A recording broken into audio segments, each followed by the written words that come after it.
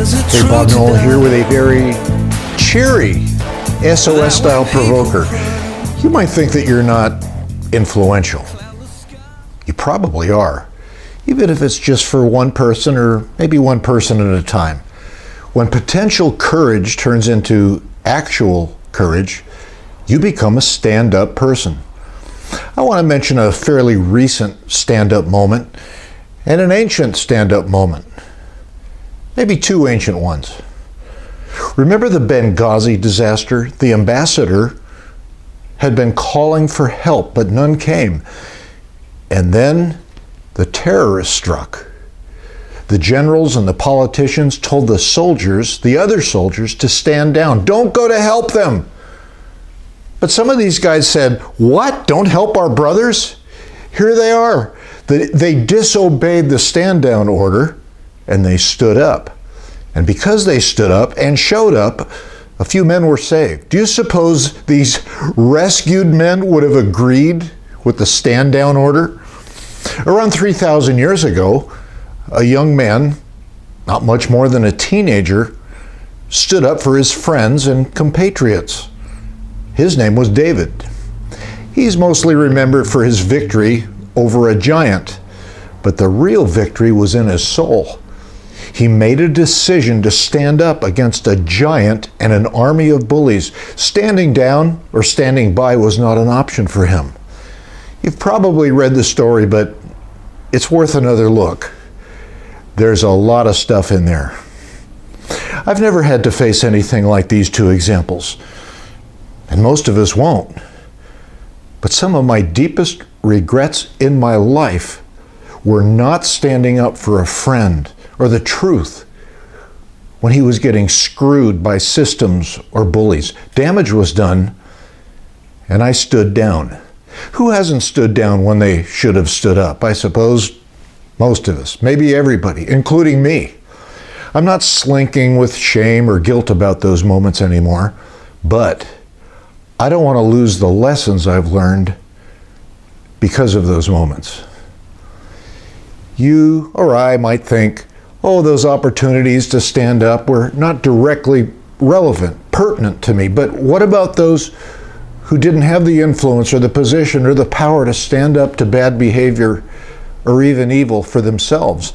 Maybe my standing down instead of standing up allowed people with less power to be hurt. Your power, your position, your influence, maybe just your courage may be a factor in protecting or saving someone from mistreatment or damage. They may not have the power to stand up to the powers that be. The heroes in Benghazi stood up and faced loss of position or even their lives. So did David.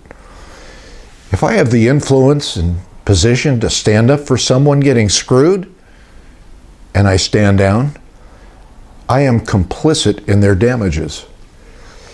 If you're being wronged and your friend doesn't stand up for you,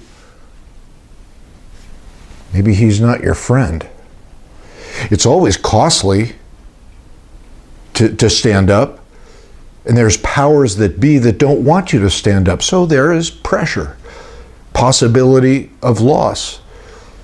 There's people or systems or cultural antibodies that threaten you if you stand up. It's always easier, physically or culturally, to stand down when a principle or your friend or the truth needs to be stood up for.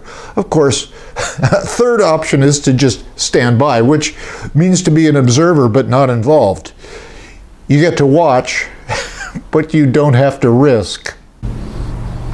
What if you have to stand up to, I said to, someone you really like, a friend, a family member?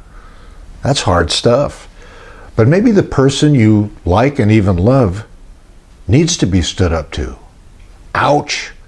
Whoever they are, by not standing up to bad conduct or even evil, I'm complicit in the results of their behavior. Never again.